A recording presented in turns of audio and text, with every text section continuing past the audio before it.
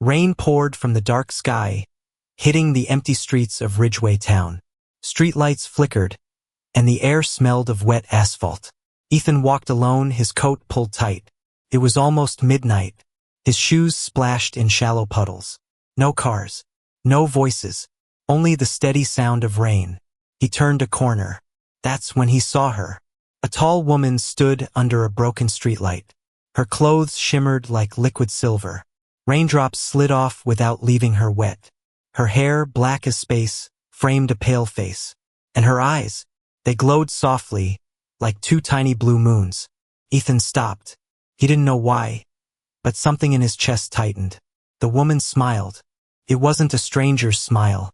It was the smile of someone who knew him. Her voice was soft, but it cut through the rain. "Do you recognize me, human?" Ethan blinked. "What?" She took one slow step closer. "I'm your childhood neighbor, but I'm not from Earth."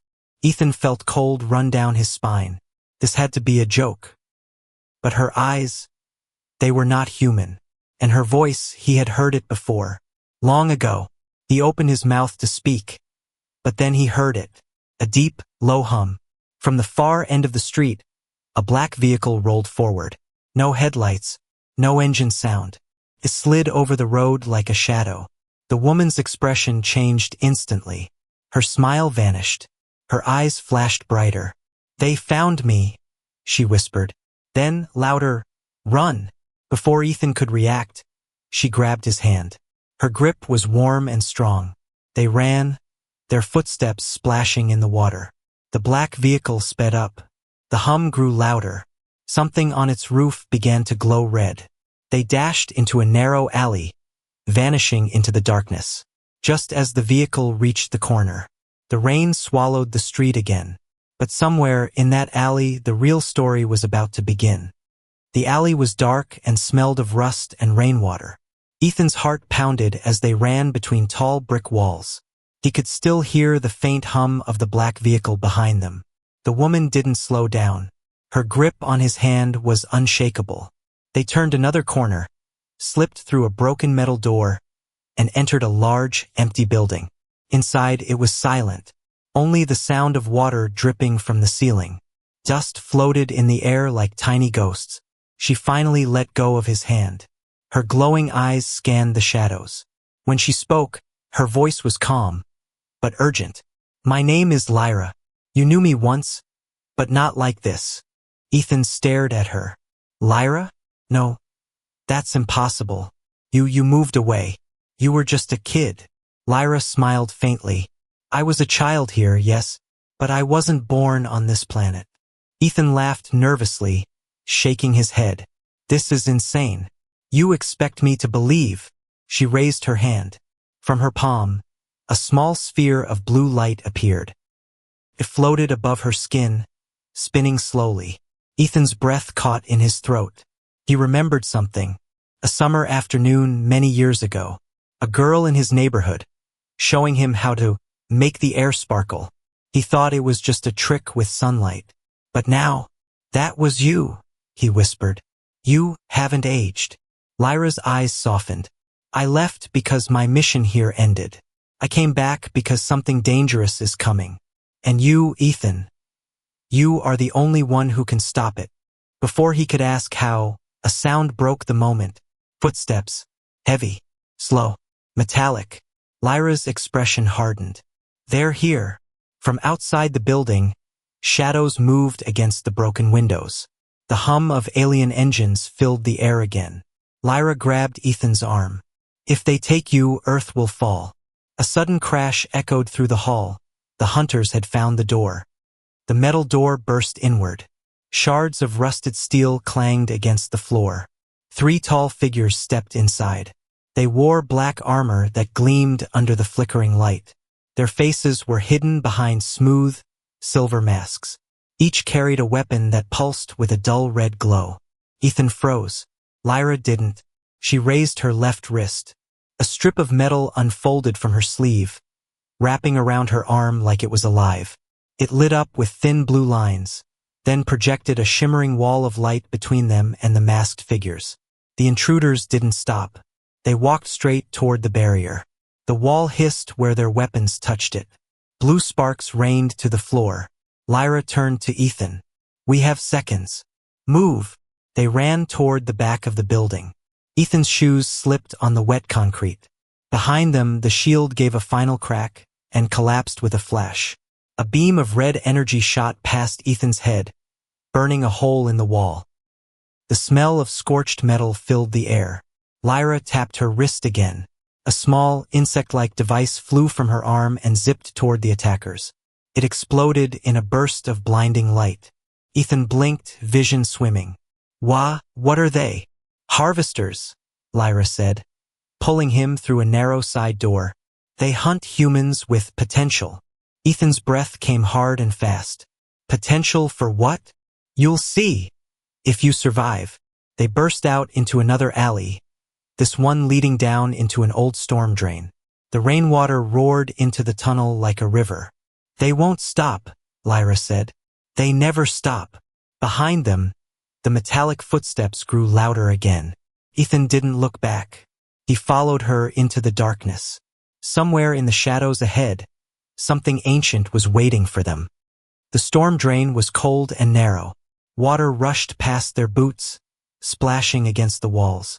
Their footsteps echoed in the dark. Ethan's lungs burned. "How far are we going?" "Far enough," Lyra said. Her voice was steady, like she wasn't even tired. They stopped at a rusted ladder leading up to a small chamber. It was lit by the faint blue glow of Lyra's wrist device. She faced him. "Ethan, do you remember the summer before I left?" He frowned. "Kind of. We used to play in the old park. You were always weird, smart. You knew things about space." "I didn't just know," Lyra interrupted. "I was testing you." Ethan blinked. "Testing me? For what?" She stepped closer. "When you were 10, I took a small sample of your DNA. I needed to know if my guess was right." "My DNA?" Ethan took a step back. "What the hell, Lyra? You're different. Your genes contain a rare sequence, one that allows you to interface with my people's technology. No human I've met has it." Ethan laughed once, a short, disbelieving sound. "This is crazy. I'm just a guy who works in an office." Lyra shook her head. "No, you are the key to something ancient, something the harvesters have been searching for." He swallowed hard. "Why me?" "Because you can control a weapon hidden on this planet, one my people swore to never touch." Ethan's stomach turned cold. "A weapon? What kind of weapon?" Before she could answer, the tunnel walls trembled. Dust fell from the ceiling. A metallic roar echoed from the passage they had come from. "They found us," Lyra said. Her blue eyes locked on his. "If they take you, Ethan, Earth will burn."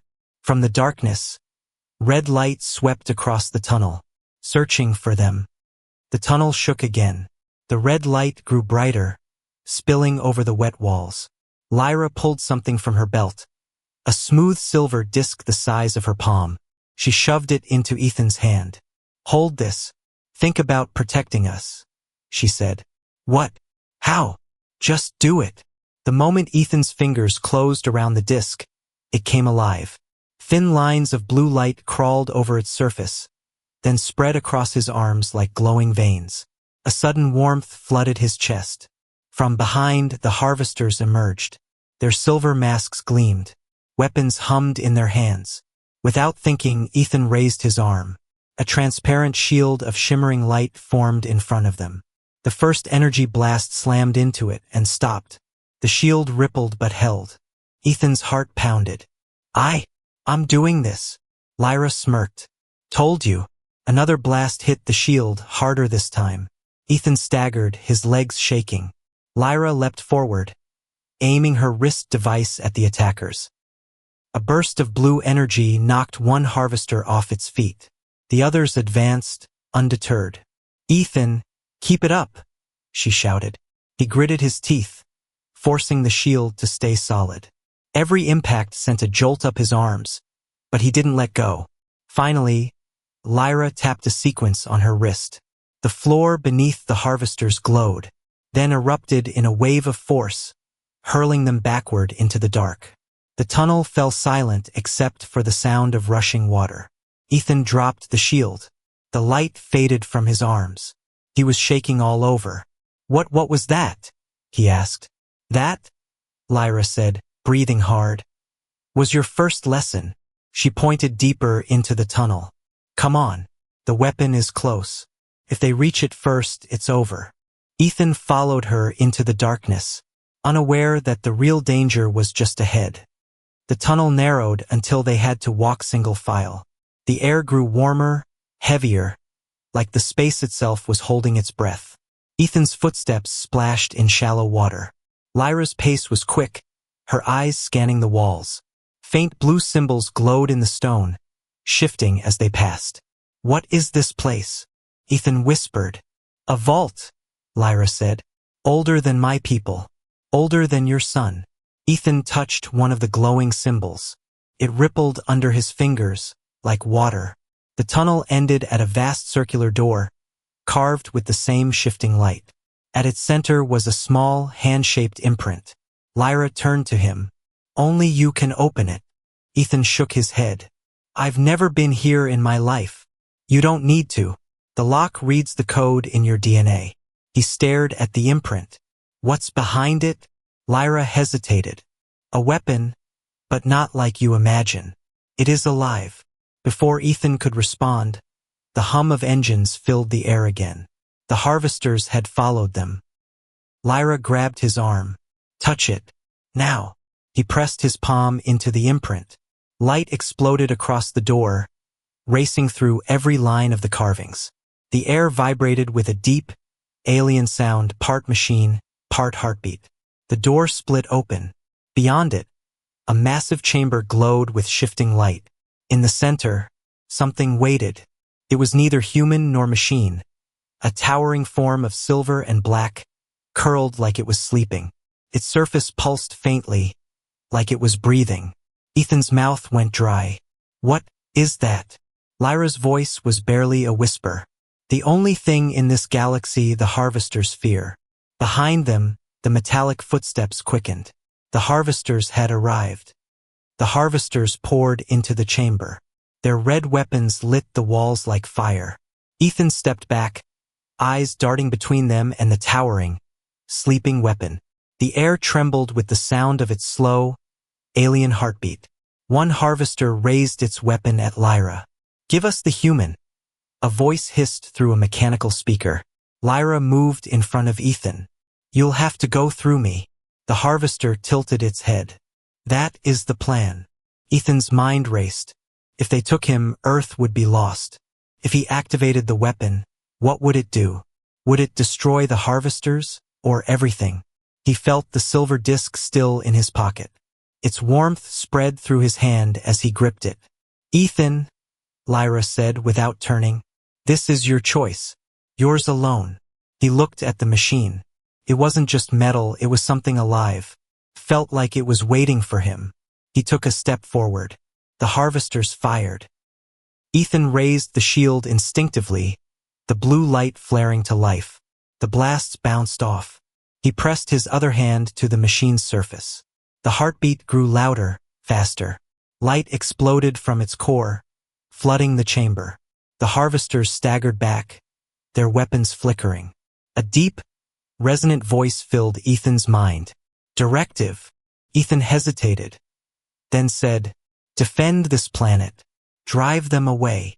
The machine unfolded like a giant waking from centuries of sleep. Its eyes, two suns of pure light, opened. A wave of energy erupted outward, sweeping through the chamber.